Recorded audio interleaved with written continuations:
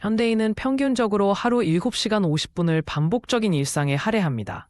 2023년 한국보건사회연구원 조사에 따르면 20-30대의 68%가 삶의 무의미함을 경험한 적이 있다고 답변했습니다.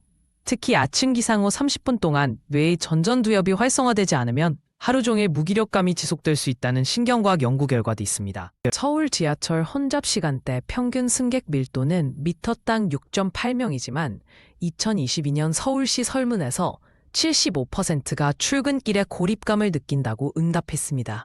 하버드대학 연구에 따르면 물리적 밀집도가 높을수록 오히려 사회적 고립감이 40% 증가하는 군중 속의 외로움 현상이 관찰됩니다. 이는 도시화가 진행될수록 두드러지는 현상입니다. 한국직무스트레스연구소의 2023년 자료에 따르면 직장인의 53%가 회의나 업무 중 투명인간 같은 느낌을 경험합니다. 심리학자 칼 융은 이런 현상을 페르소나 과잉으로 설명하며 역할 수행에 치우친 나머지 진정한 자아가 마비되는 상태라고 지적했습니다. 실제로 업무 효율성은 자신의 존재감을 인정받을 때 2.3배 높아진다는 연구 결과가 있습니다. 2023년 통계청 조사에서 1인 가구의 62%가 주 5회 이상 혼자 식사하는 것으로 나타났습니다.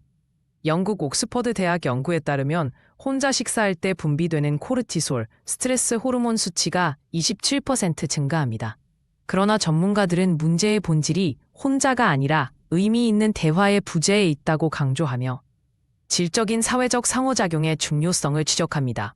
2023년 한국미디어연구원 보고서에 따르면 SNS 사용자가 업로드하는 내용의 73%는 실제 생활보다 과장된 모습입니다. MIT 연구에서 이 같은 디지털 허상에 노출될 때마다 자아 존중감이 12% 하락하는 것으로 나타났습니다. 특히 인스타그램 사용자도 우울증 발생률이 2.7배 높다는 미국 심리학회 APA 통계도 주목할 필요가 있습니다. 서울의 야간 조명은 1만 5천 럭스로 인간의 생체 리듬을 교란시키는 수준입니다. 2023년 국립정신건강센터 연구에 따르면 화려한 도시 조명에 장기 노출될 경우 감정마비 증상이 35% 증가합니다. 신경과학자들은 인공 조명이 멜라토닌 분비를 저해함으로써 정서적 공허감을 유발한다고 설명하며 특히 청색광 노출이 문제가 됩니다. 2023년 가정건강연구소 조사에서 응답자의 58%가 집이 마음의 안식처가 아니다고 답변했습니다. 하버드 의대 연구에 따르면 불규칙한 수면 패턴과 과도한 스크린 시간은 편도체, 뇌 공포 반응 부위를 20% 더 활성화시킵니다. 특히 텔레비전의 파란빛은 3m 이내에서 2시간 이상 노출될 때 심리적 불안정성을 유발할 수 있습니다. 미국 스탠포드 대학의 2022년 연구에 따르면 과거를 회상할 때 활성화되는 해마 부위가 현재 행복감을 인지하는 전전두엽과 40%덜 연결되는 사람들이 있습니다. 이는 추억 중독 상태로 한국에서 30대의 47%가 이 증상을 보인다는 조사 결과가 있습니다. 심리학자들은 건강한 회상과 병적인 향수의 차이를 5가지 진단 기준으로 구분하고 있습니다.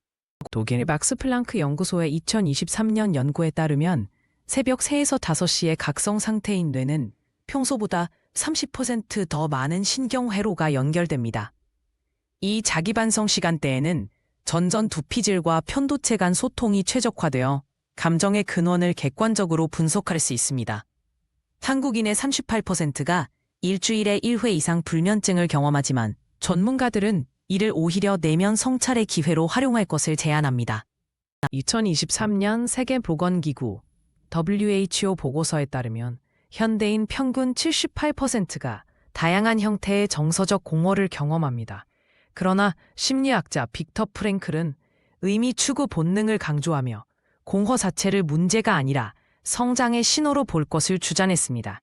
실제로 이런 인식을 가진 사람들은 3년 후 정신건강 점수가 45% 높아진다는 종단 연구 결과가 있습니다. 공허는 채워야 할 빈칸이 아니라 새로운 가능성을 위한 공간입니다.